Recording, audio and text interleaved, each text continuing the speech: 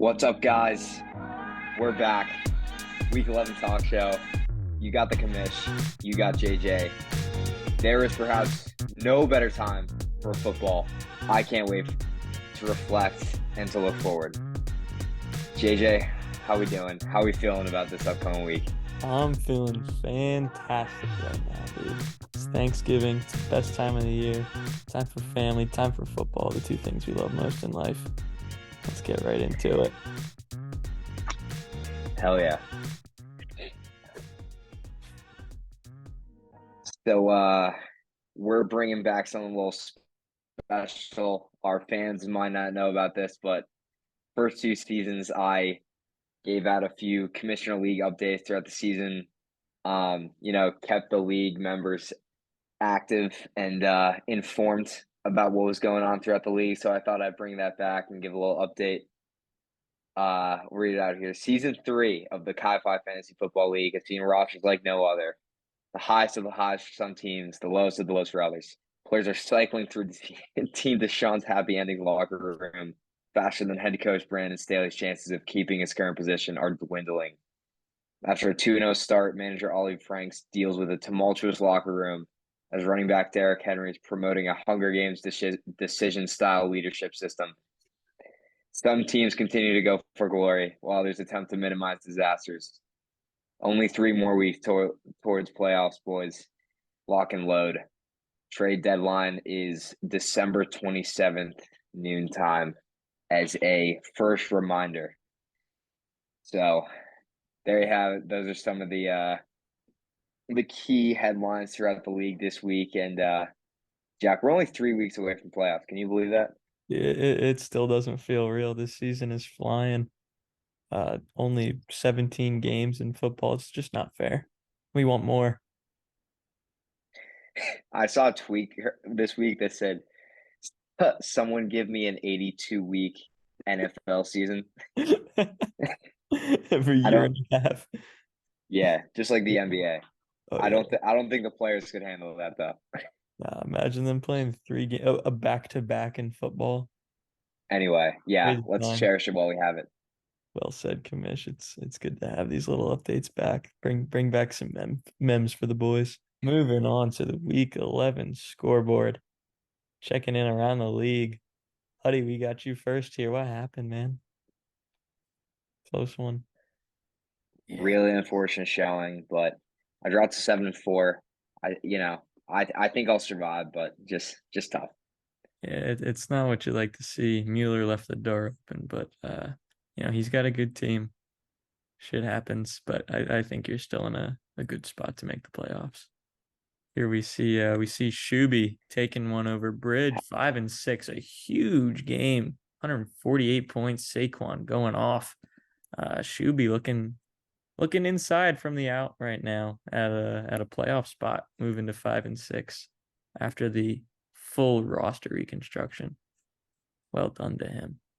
We'll look at the trades a little bit later this week, but Shuby put together an impressive roster. I don't know how he pulled those deals off, but you got a few guys on his team that are looking dangerous now. So good for the Pastronaut. Yeah, a complete rebrand from Olave Godwin. Traded away both Olave and Godwin.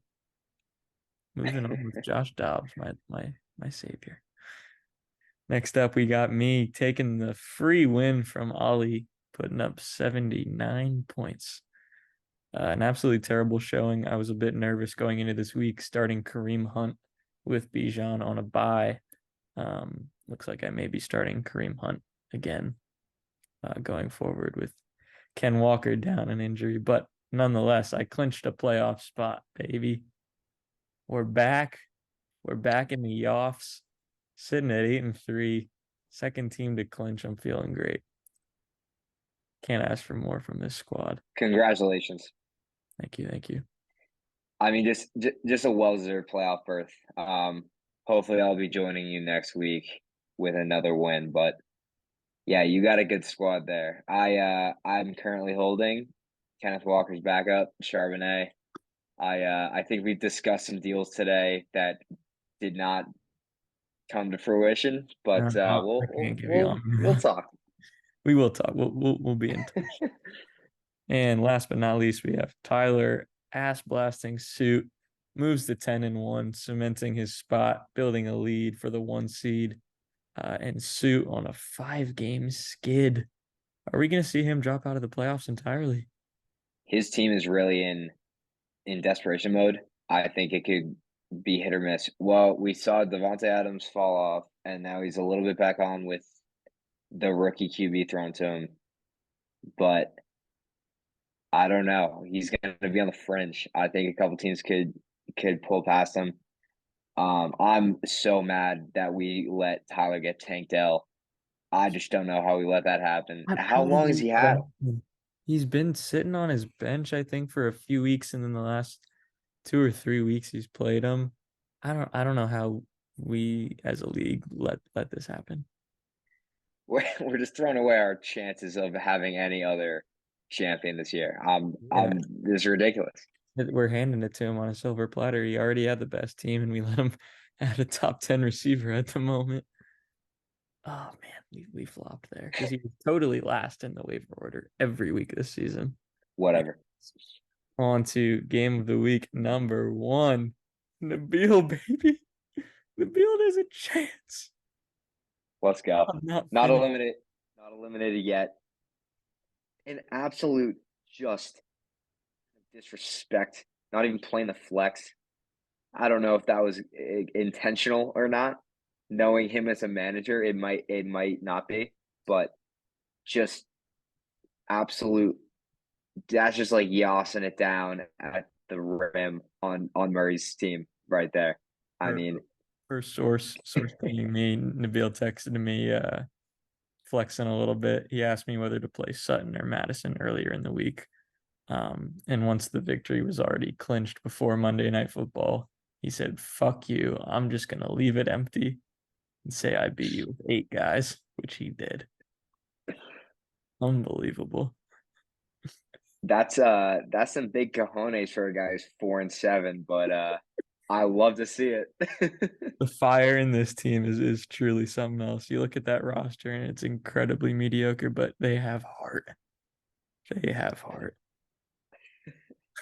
And by the way, did you see that clip of Austin Eckler on the toss play to the left? He was running down the sideline. He looked like he was 80 years old. It was the first time I had seen it. He looked like he was running in quicksand. Ah. Anyways, Huddy, take us through game of the week number 2. all the all the shit talk, all the trade requests, all the banter. This team. Give me this. Give me this performance. Are you kidding me? One of Brown's players is a free agent. He just got waived this week. They got rid of Bro. Oh my god, the kid is starting like 3 backups and he still beats Scott. This is an embarrassment. Yeah, Perone God has had had the so chance many. to do the funniest thing ever, and he did it. His wide receivers combined for 6, and he still won. An all time performance matchup. This will go on. Scott will never hear the end of this. After all the trades he sent me this week, dude, he's been trying to give me Cooper Kupp and get Lamar Jackson. He has been texting me every day. I swear to God. Listen, it's tough for this team right now. Joe Burrow out. I Yep, think it looks like currently Scott's starting quarterback is going to be Russ, it which is. is not who you want. Not necessarily. Um, and Cooper went down, I think, in the first half with an Yeah, injury. he did. And so So did Devon Achane. He went down after playing for like 2 seconds. Scott was like, "Oh, I'm a mastermind. Let me trade my first round or 13th overall pick, Tony Pollard, for Devon coming off an injury." And he got hurt. If he had kept Pollard, who had like 16, he would have won this game. And honestly, I would have definitely picked him to make the playoffs because he does have Jonathan Taylor on his bench, who was on a bye this week. So I definitely would have thought that this team would have made the playoffs and been pretty scary. But 4-7, he's the same record as Nabil. It's looking bleak, to be honest. to be fair, one of the highest point totals in the league. It's unlucky for him, but if It you is. can't pull together a good record, it doesn't matter Yeah, because total points aren't that's not going to get you in the playoffs. So true. I think this guy's got some shit to figure out with his squad. Putting together all those trades and still sub 100 in week 11. This one you can only blame yourself. Let's take a look at the standings and the playoff percentages. Team Scott down to 25% chance to make the playoffs. Tyler and I clinched. Mueller looking like I don't know why he's not clinched, but I assume he'll make it. Huddy, excellent chance. And the rest of the field's open. Suit still has 76%, but the way his team's been playing, I would not be surprised to see that number drop in the coming days. With 2 teams in, we have 4 spots remaining out of 9 players. So hopefully Mueller and I, with wins this week, would clinch. And that leaves 2 spots. Maybe Suit, but as we said, he's on a skid. I think there are a lot of opportunities for players to win here. I don't know. I think it's going to come down to the best manager. Whoever can make the best last second trades at the end of the season, that could really decide it. So I want to see some action this week, boys, in the trade chat. It's true. Yeah, this is certainly the most exciting time of the season.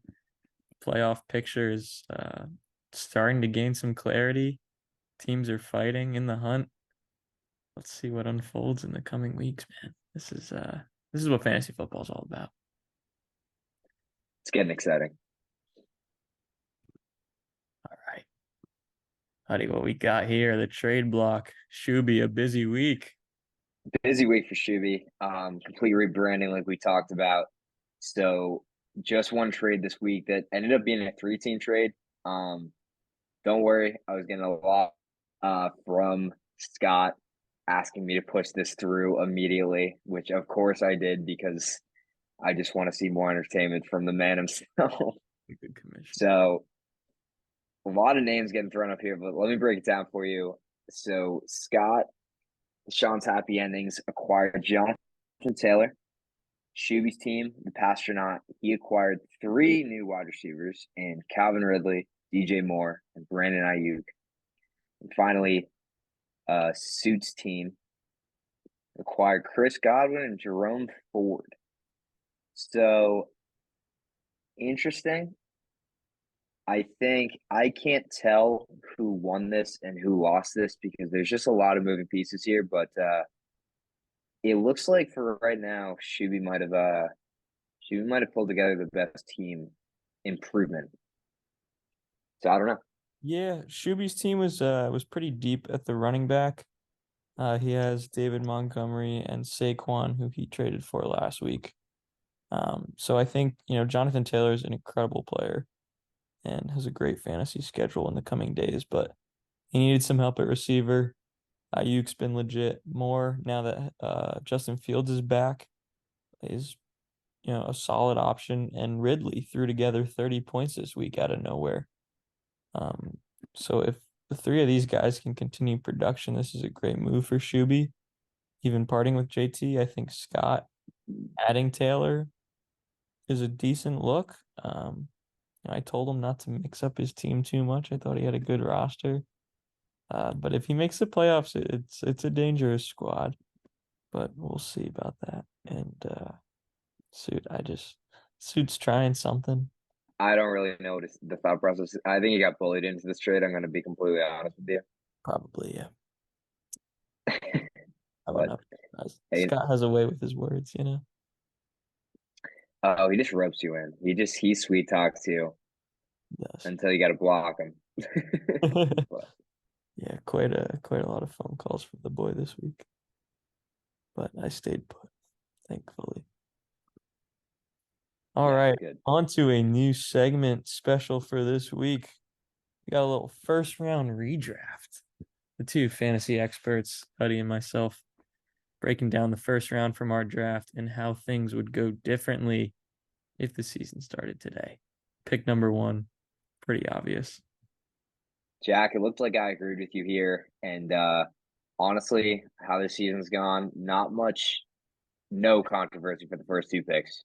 I mean, it's got to be McCaffrey, and then it's got to be Tyreek Hill. I don't think anyone's choosing different. No, these 2 guys are just so consistent. that if either one of them scores 15, you're upset, which is a good thing because they're that often over 20, over 25. They're both scoring touchdowns every week, pretty much. Uh, McCaffrey has the most rushing TDs. Tyreek has the most receiving TDs. Just insane value to see that these two guys did not go in the top 3 in our draft. Coming in Oh at yeah. 3, we both agreed on number 3 as well. The numbers don't lie. Keenan Allen, an absolute steal. I think Scott took him in the 3rd round, maybe.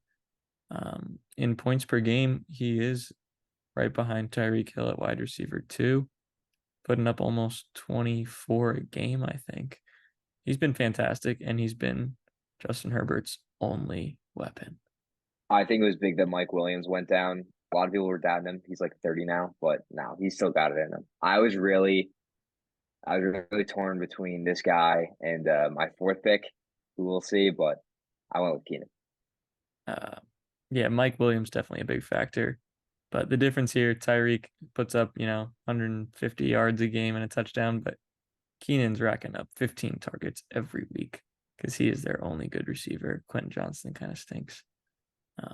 The man caught like 20 passes against the Vikings in week 4 or 3. I don't remember. Crazy stuff from the old fella. Still got it. Number Oh 4, yeah. buddy, your pick, CeeDee Lamb. My guy, dude, took him 9th overall in the draft, so felt great about this pick. I was a little worried about him at the beginning of the season. CD Lamb himself was complaining, getting a little antsy on the Cowboys. I think Dak wasn't throwing it his way, but the last like 3 or 4 weeks have been incredible. Can't wait to have him in playoffs. It was him and Keenan Allen for me were kind of like neck and neck. I think you could go either way with those 2 guys, but yeah, CD's the boy. I love him. He has been absolutely awesome to watch. The Cowboys finally realized that, oh, wait, we should probably throw to our best player 10 times a game. And he has been fantastic. Coming in at 5, my boy, we both agreed here as well. Amon-Ra St. Brown, perhaps the most consistent 20 points in fantasy football that you're going to get. He was my 2nd round pick. I don't know how he fell to me. I think whatever number that was, like 16 or something like that. He's been the boy. He missed 1 game with an injury, but I think his lowest performance this season, other than that game, was like 16, 17. He only has, I think, 1 game up at 30, but every week it's 20 points. Every single week, knock on wood. I mean, everybody's been trying to trade me for Mr. Amon-Ra because he's that dude. One of the best receivers in football. Love this guy. He's so cool. I think I can still get him from you.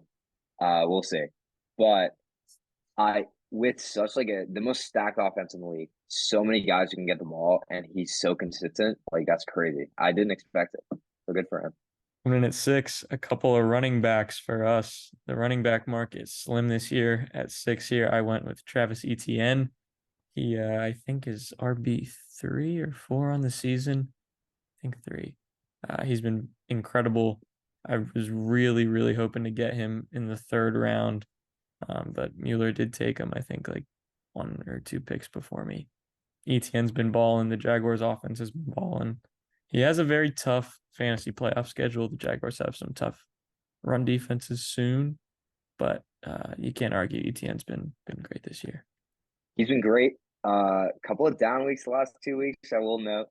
I mean, they got blown out by the 49ers, so not much you can do about that. But I went a different direction here. I might have put this guy a little high, but I think for someone who gets so much of the target volume and like so much of the offense right now, Jonathan Taylor is a pretty good look, in my opinion. I think he's just going to be really consistent.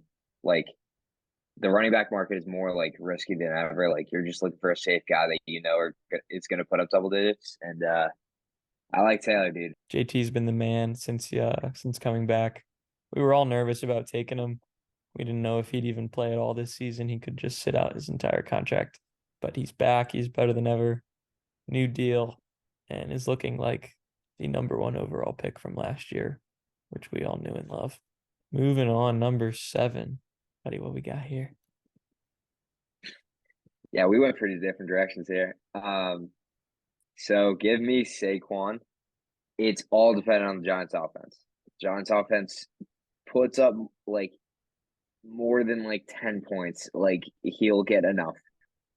I think he had like two receiving touchdowns last week. So like he's such a good player. It just depends on if the Giants offense is shit. But I like the kid. I think he'll have really good value for the rest of the year.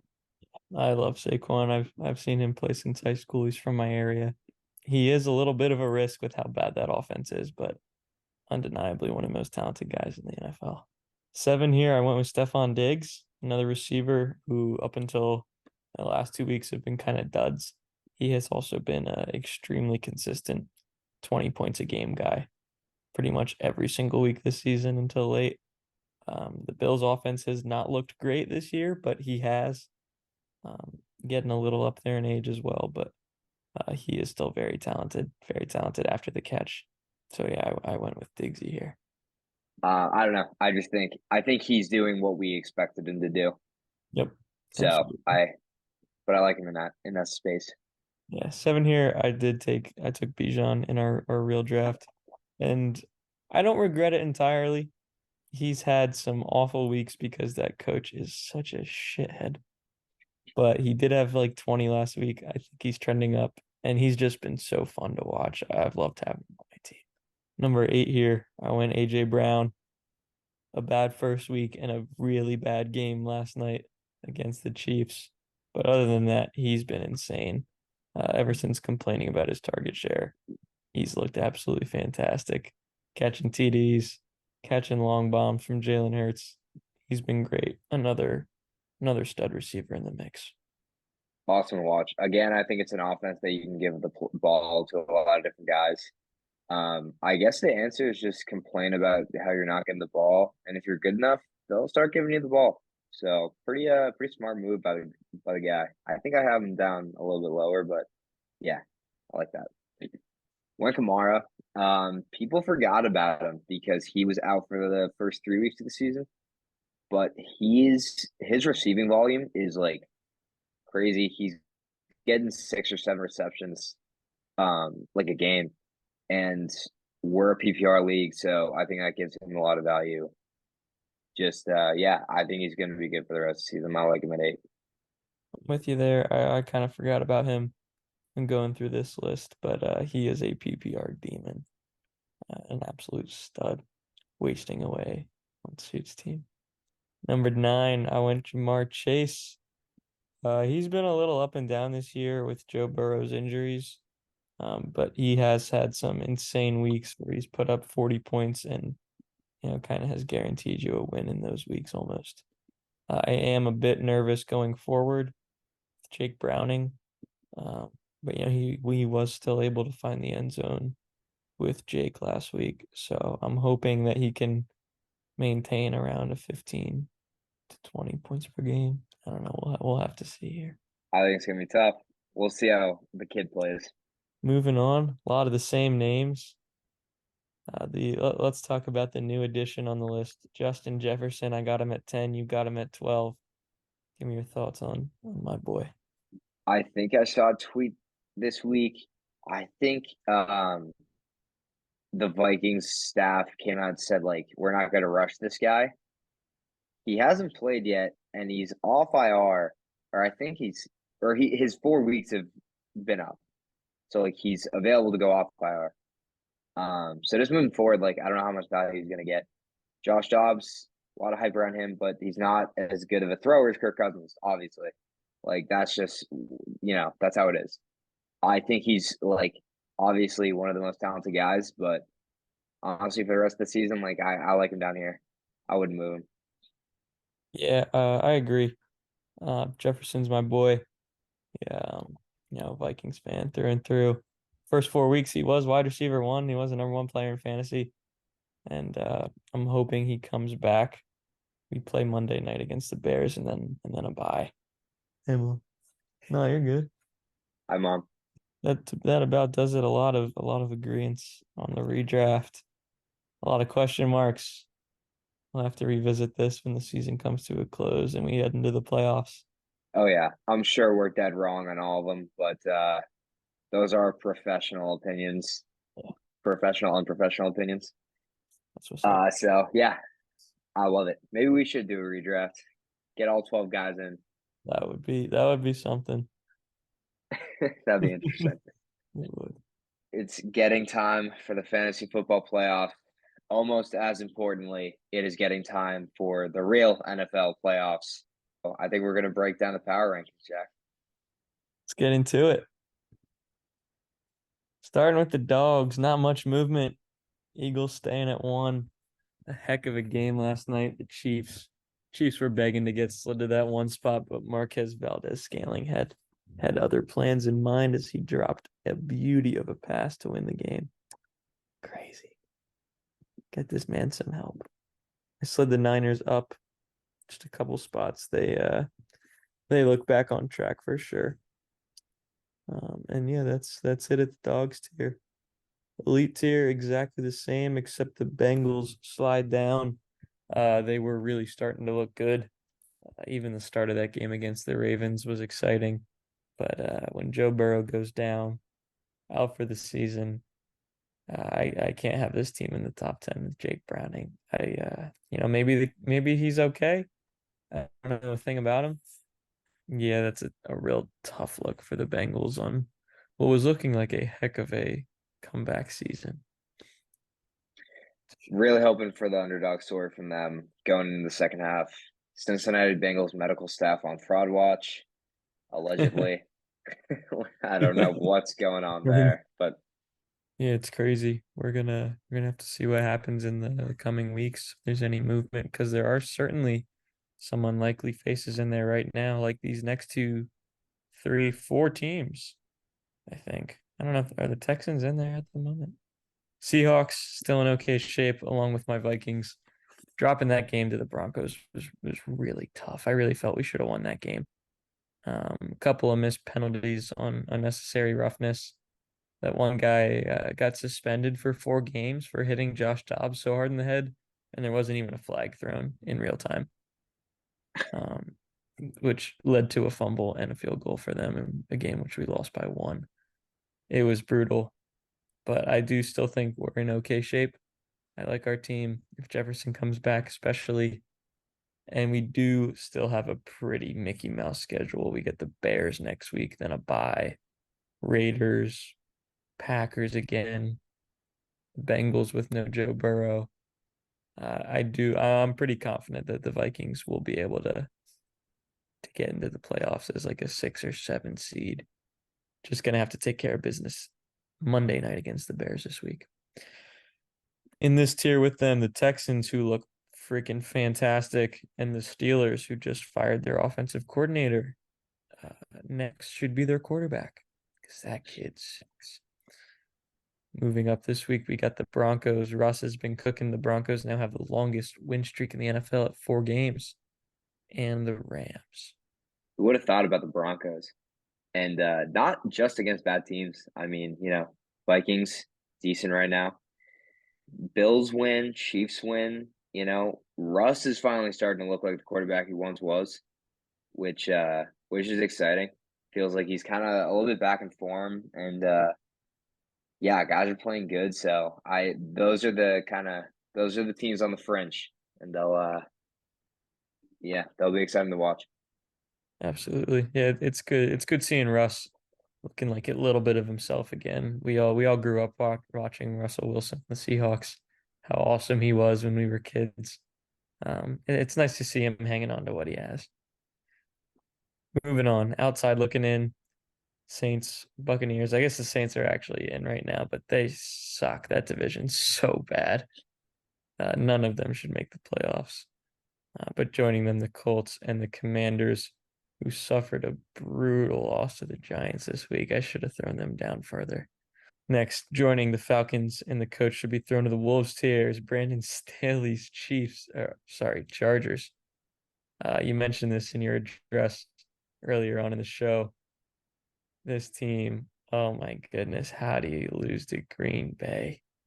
Green Bay's terrible. You got Justin Herbert, who's one of the best arm talents in a long time, and it's been wasted. Jack, I think you owe an apology to our fans for taking the Chargers -3 this week Yeah, against the Packers.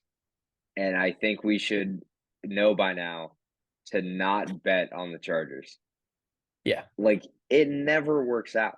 And it's ridiculous. If I was in Justin Herbert's position, I would be really considering a trade. I mean, it's so frustrating. And then for Brandon Staley to come out post game and get frustrated about a question on whether or not he's going to be calling the defensive calls, like, yeah, dude, your defense sucks. You shouldn't be calling the defensive plays. yeah. You have no good ground here to stand on. They have Uh, such a talented roster. I swear, if they had a coach like Tomlin or something, they'd have 10 wins. It's ridiculous. But hey, Herbo, if you're looking for a new team, couple of guys here that root for teams that might want a new quarterback next season. Just saying. don't waste your career in New England, for your sake.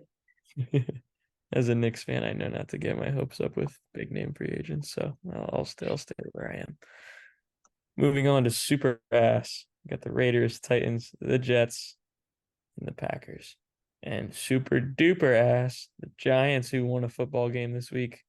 Tommy DeVito looking awesome. Cardinals, the Patriots, the Bears, last but not least, actually last but certainly least, the Carolina Panthers.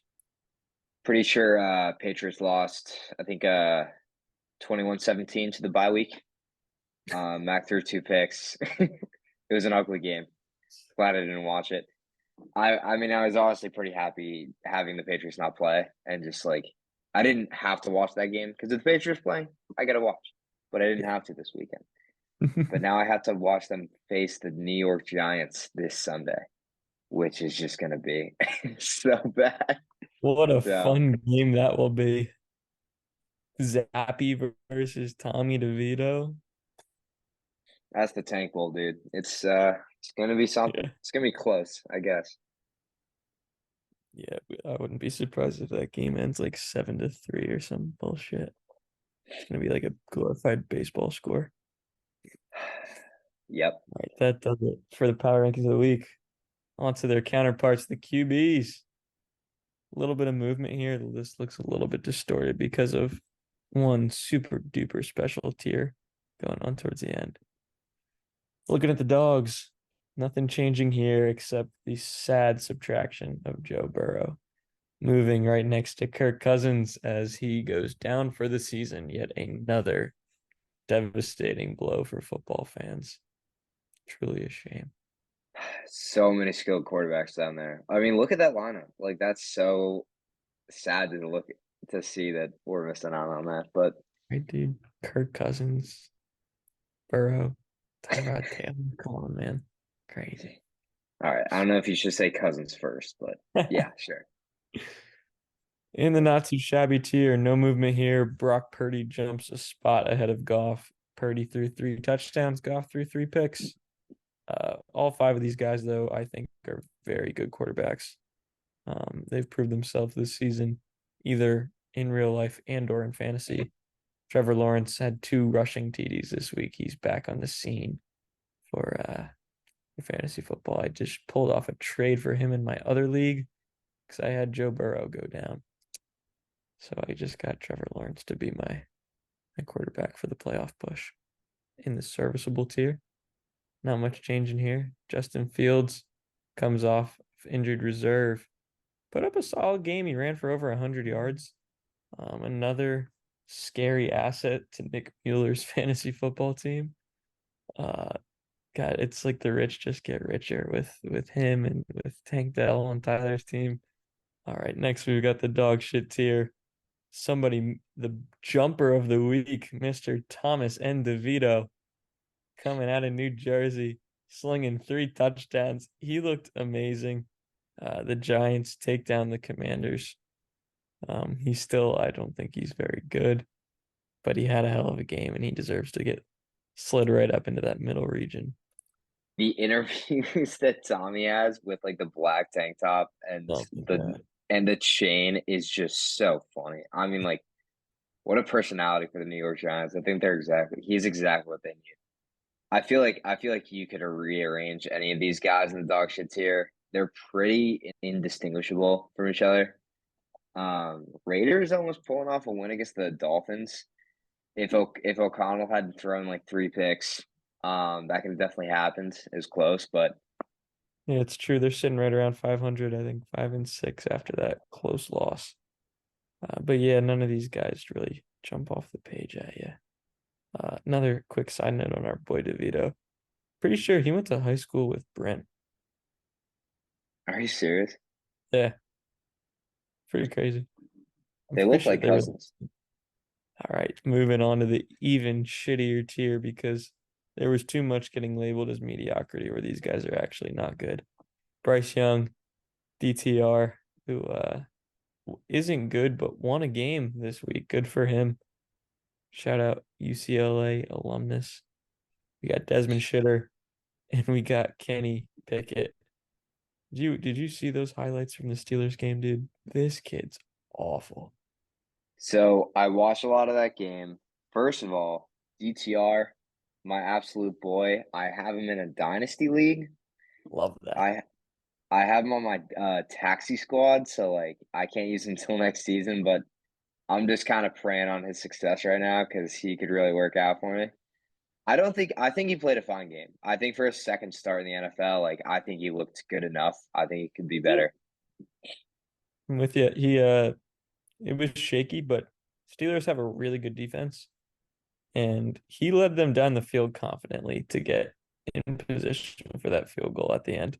That was a veteran drive right there from a young kid, which was very impressive. A And respectable outing. yeah, DeVito and Kenny Pickett both have the same number of career games with multiple passing touchdowns. Yep, Bro. one, literally one. This Kenny Pickett, another stat on him, has the same amount of touchdowns in the last 2 years as Matt Ryan, who is a commentator. Uh, uh, oh no. I mean, well, like now that Canada's gone, we'll see if they turn it around. Maybe Yeah. it's the play calling, but I mean, you were talking about earlier, like there were some throws where it was clearly Pickett and like clearly just not clicking for him. And the new tier, not sure who these guys are, but wishing them the best. We got Jake Browning and Tim Boyle, the new starting quarterbacks for the Bengals and the Jets. I don't, Bro, you got to look up his like career history. Like I was watching a video on it. It is like he shouldn't be a starting quarterback. Like he transferred. I'm pretty sure I'm getting this right. He transferred out of UConn football because he was too bad to play UConn football. And like he went to start you for come like, to every game of 40. yeah, Oh, bro. Like he went to like Eastern Kentucky and like through there and then like with a bat like undrafted in the league or something like that. Like no way that this guy should be touching an NFL starting job. But if he's better than Zach Wilson, I guess it's not saying much. But we're not sure how he made it here, but the point is he did. Joining Mac Attack in the bench tier. I put him and Zappy both in there because I don't know who's going to play this week. Is it going to be either? Is it going to be Malik Cunningham? We'll see. But Zach Wilson, who is so bad that he got sent to third string in the official Jets depth chart. Boyle sitting at 1.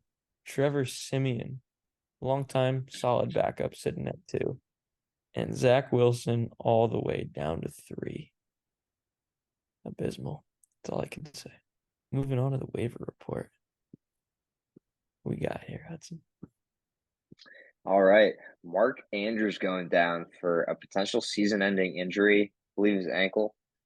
So next man up in the tight end position, Isaiah Likely. I think he's been on the team for a little while. Caught a few passes over the season. Could be a good streaming option.